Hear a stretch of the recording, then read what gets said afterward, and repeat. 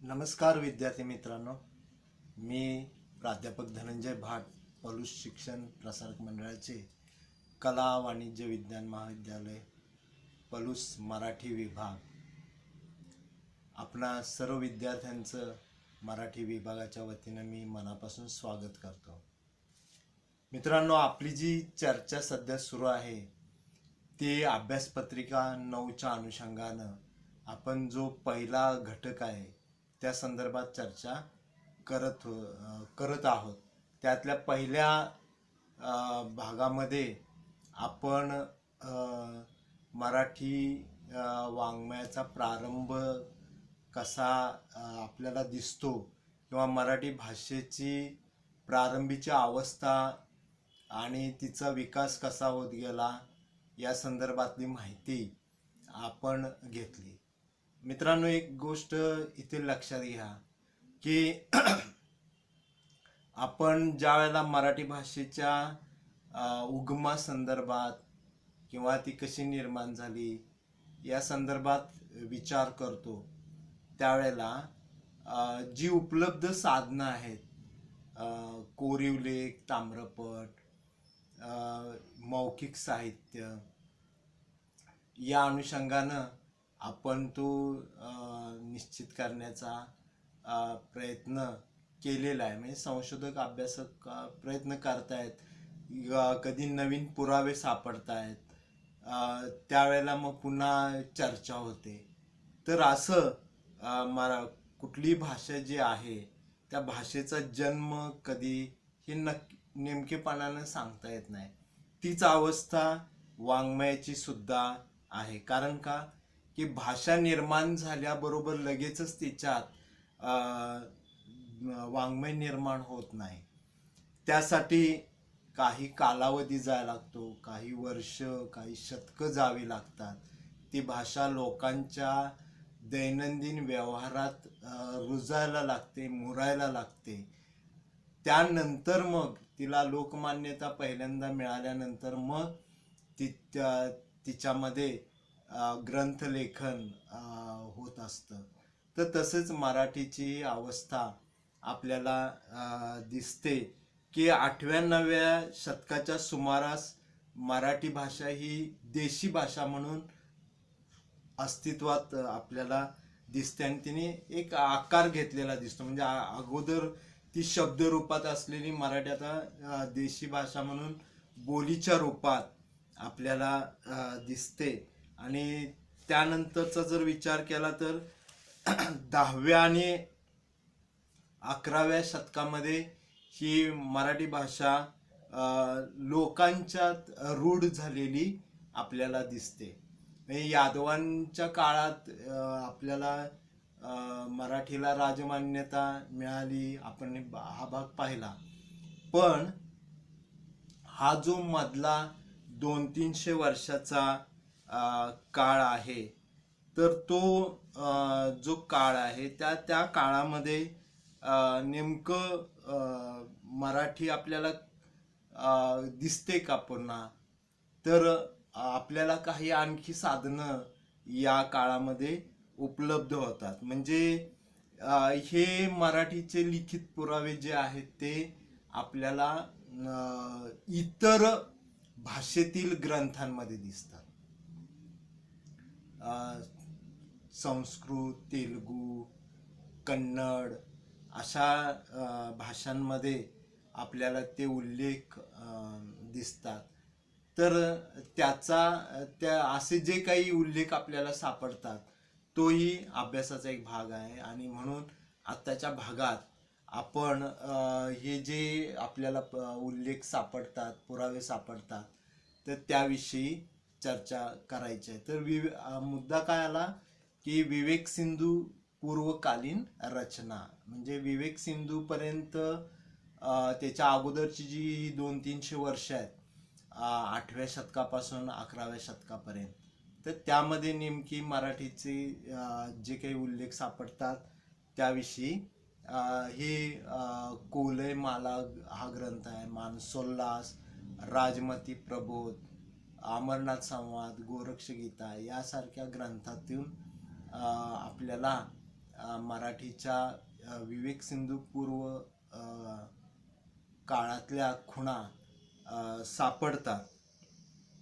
तर यात लक्षात घेण्यासारखी गोष्ट की 7व्या शतकामध्ये आपल्याकडे चिनी प्रवासी जो आहे ह्युएन, तर त्यानं इथे आपल्या मराठी माणसाचं, महाराष्ट्राचं वर्णन त्याच्या ग्रंथामध्ये केलेलंच आहे. आणि त्याच सुमारास कोलय माला हा जो ग्रंथ आहे तोही आपल्याला इथे दिसतो.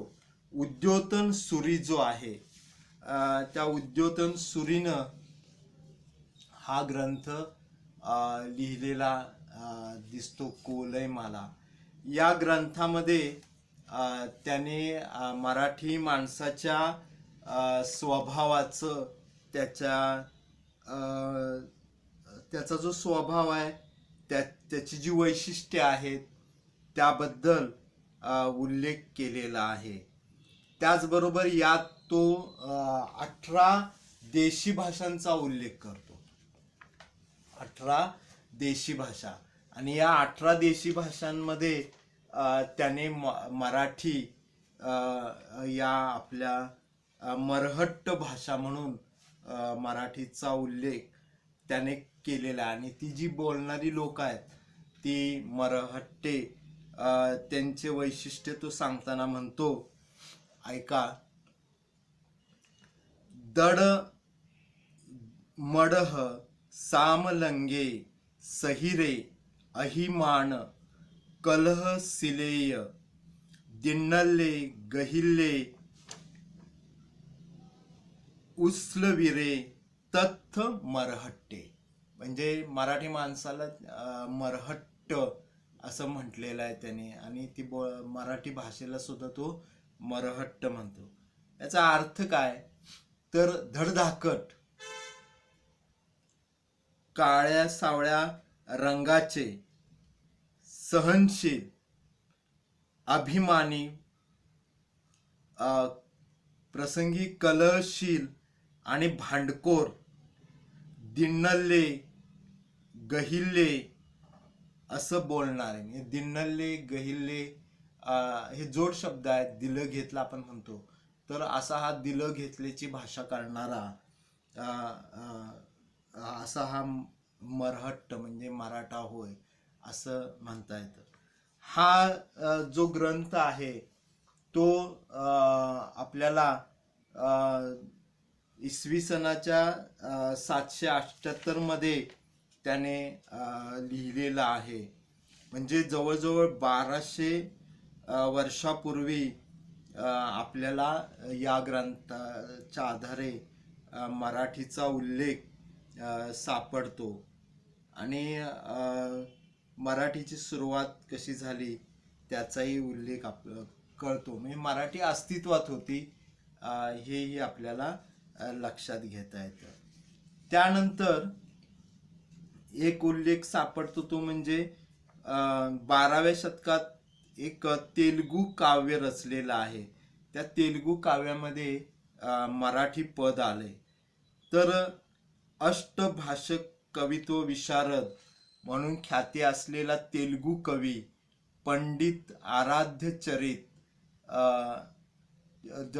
जो सोमनाथ नावाचा तेलुगू कवी आहे त्यानं पंडित आराध्य चरित हे काव्य लिहिलं. आणि या काव्याचा जो नायक आहे तो श्रीशैलाच्या यात्रेला गेलेला आहे. आणि तिथं त्याला जे यात्रेकरू भेटतात त्यात अनेक भाषा बोलणारे यात्रेकरू आहेत. आणि त्यात त्याला एक मराठी यात्रेकरू भेटतो. आणि या मराठी यात्रेकरूच्या बरोबर जो संवाद झाला तो काय ते त्याने त्या पदामध्ये लिहिलेला आहे. माग राहू नको मज बापू म्हणत, भागवत वाटे भक्त ते म्हणत, वरलिंग गुरुलिंग शंभू जो म्हणत, पुरवरम केती दूर पुर हो ते म्हणत, असं उल्लेख येतो. आणि शिवाय या तो पुढे म्हणतो, अखी सिरी कैलास दाखविल म्हणत, मग महराटाचा महादेव आमचा. म्हणजे महराटा म्हणजे महाराष्ट्र, मराठ, हे असा उल्लेख आपल्याला आपल्या देशवाचक नाम येतं.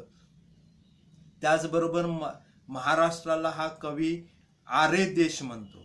आता आर्य देश म्हणायचं उल्लेख मैलंगीच्या, म्हैसूरला कर्नाटकात जो मैलंगी चा प्रांत आहे, तिथे मैलंगीच्या शिलालेखात सुद्धा महाराष्ट्राचा उल्लेख आर्य देश म्हणून आलेला आहे.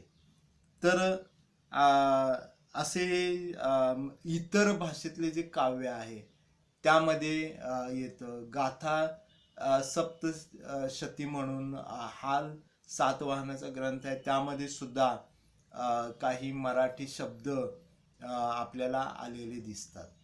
तर त्यानंतरचा दुसरा जो ग्रंथ आहे तो मानसोल्लास किंवा त्याला अभिलाषितार्थ चिंतामणी असं म्हणतात.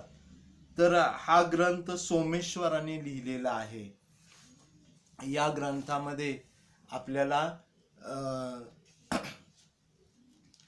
हा ग्रंथ इसवी सन 1129च्या सुमारास याची रचना झालेली आपल्याला दिसते.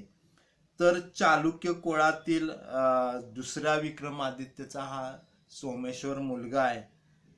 त्यानं तो ग्रंथ संस्कृतात लिहिलेला आहे आणि संस्कृतात लिहिताना त्यानं महाराष्ट्रीय स्त्रिया दळण कांडण करताना ज्या ओव्या म्हणतात त्याची माहिती तो इथं देताना दिसतो. तर असे काही उल्लेख आपल्याला मराठीच्या संदर्भात दिसतात. तो काय म्हणतो बघा, जेणे रसातळ उनु मत्स्य रूपे वेद आणले, मनु शिवक वाणियले, तौ संसार सायर तारण, महंतो राव नारायणो, जो गेचती गाणे जाणे गाईजे.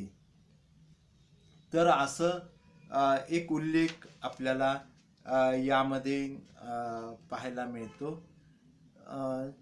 ज्यातून आपल्याला मराठी भाषेच्या संदर्भातले इतर उल्लेख जे आहेत ते पाहता येतात. त्यानंतर राजमती प्रबोध हे एक जैन पंडितांनी लिहिलेलं संस्कृत नाटक आहे. हे जैन पंडित यांचं नाव आहे पंडित यशश्चंद्र. या पंडित यशश्चंद्रांनी हे संस्कृत नाटक इसवी सन 1128च्या दरम्यान हे लिहिलेलं आहे. या नाटकामध्ये जी राजमती ही नायिका आहे तिच्या स्वरूपाचं वर्णन तो करताना दिसतो. म्हणजे ती दिसायला कशी आहे त्याचं वर्णन या ठिकाणी आपल्याला आलेलं दिसतं. तर तो काय म्हणतो बघा, महाराष्ट्रिक मुख मिक्षते राजा, चतुरांगुलाची जिहा मी काही सांगो, गोमटी मुह फापट निलाड चापटू, अखंड याली ताहीची, विनी काली न छोटी न मोठी, बोलती महुर वाणी, चालती सुजानी, राहुल खरी रूढी अमृत करी, इसी कुयडी.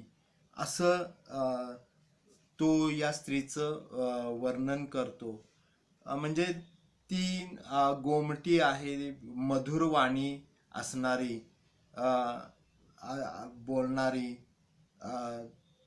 अशी ती सुसंस्कृत अशी ती स्त्री जी नायिका आहे त्या नायिकेच्या रूपाचं वर्णन इथं तो करताना दिसतो.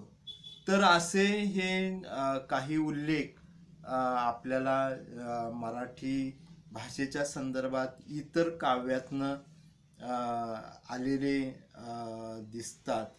आणि जी मराठी इतर भाषेतली जी त्या काळातली संस्कृत नाटकं वगैरे होती, आपल्याला माहित आहे की कालिदास, भर्तृहरी, माघ, जयदेव यासारख्या संस्कृत कवींनी खूप सुंदर नाटकं लिहिलेले आहेत. आणि मग त्याच्यामध्ये जी पात्र आहेत ती वेगवेगळ्या स्तरातनं येतात. त्यावेळेला त्यांच्या मुखामध्ये जी भाषा येते ती त्यांनी त्या पद्धतीने तिथे त्या संवादात आणलेले आहे. त्यामुळं असे अनेक उल्लेख आपल्याला सापडू शकतात. तर इथे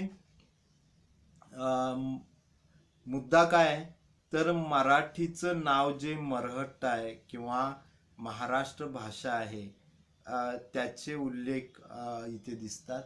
देशी भाषा म्हणून मराठी या काळात अस्तित्वात होती हेही आपल्या लक्षात येतं. आणि त्या दृष्टीनं आपण एक आपल्या मराठीची भूमिका लक्षात घेऊ शकतो. आता जी खरी ग्रांथिक रचना मराठीची म्हणून सुरू झाली ती म्हणजे यादव काळात. या काळात म्हणजे भाषेला राजमान्यता मिळाली आणि ज्ञानेश्वर, चक्रधर, मुकुंदराज यासारख्या कवींनी मराठीत रचना करायला सुरुवात केली.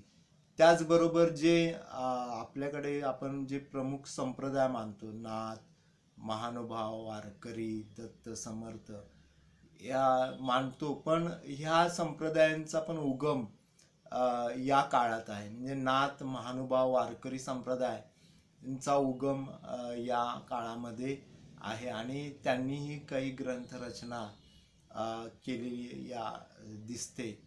त्याचबरोबर जे संप्रदाय आपण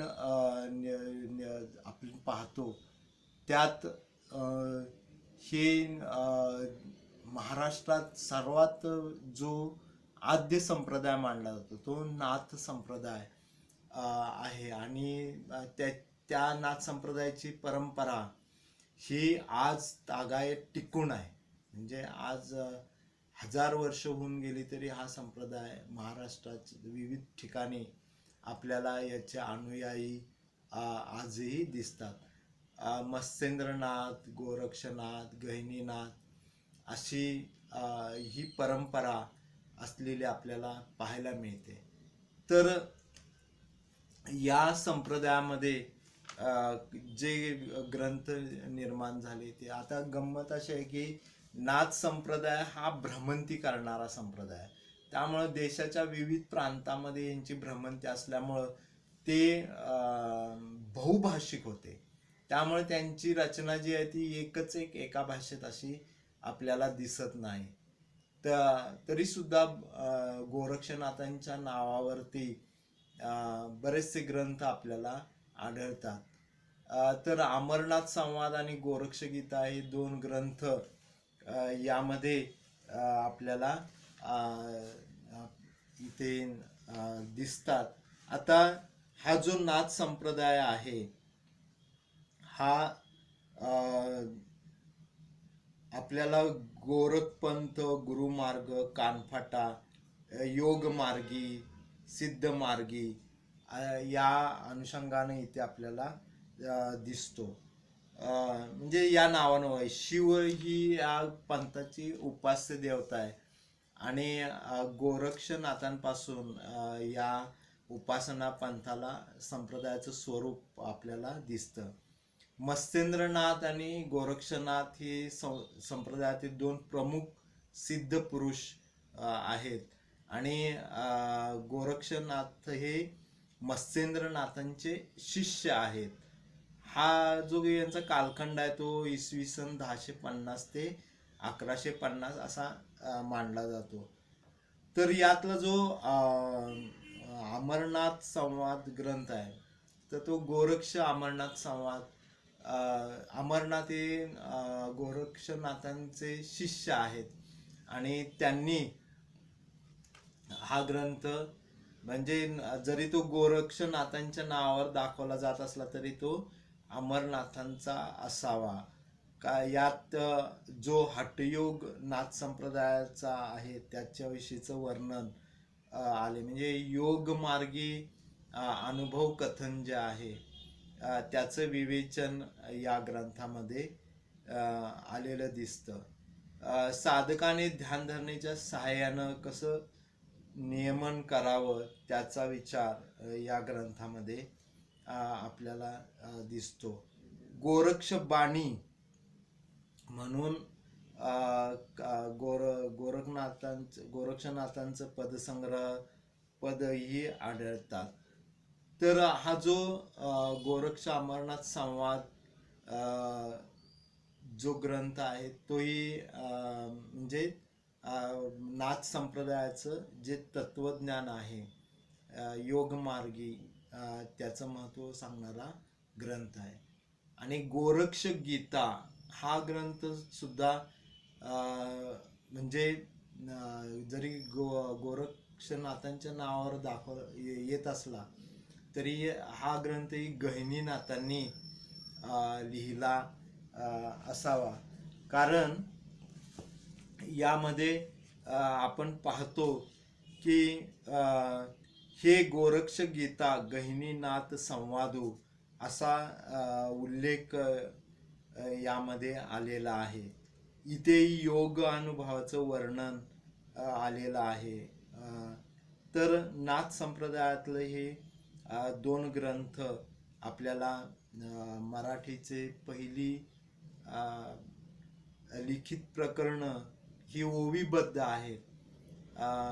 दोन्ही प्रकरणं आणि मराठीच्या खुणा दाखवणारी ही प्रकरणं सुरुवातीची म्हणून महत्त्वाची ठरतात. काही ठिकाणी भाषा जी आहे ती गद्य पद्य अशी गद्य पद्यासारखी मिश्रित अशी भाषा आहे. तर पुढे जो ग्रंथ निर्माण झाले म्हणजे ज्ञानेश्वरी वगैरे, तर त्या ग्रंथांच्या अनुषंगानं ही पायाभरणी आपल्याला म्हणता येईल. आणि त्या दृष्टीनं हा जो आपला पहिला विभाग होता याच्यात आपण मराठीचा प्रारंभ ते 1200 या मध्ये जी निर्मिती वाङ्मयाची झालेली आहे किंवा मराठीची वाटचाल कशी झाली त्याचा विचार आपण केला. आपण हे सर्व माझं ऐकून घेतलं त्याबद्दल मी विद्यार्थी मित्रांनो धन्यवाद.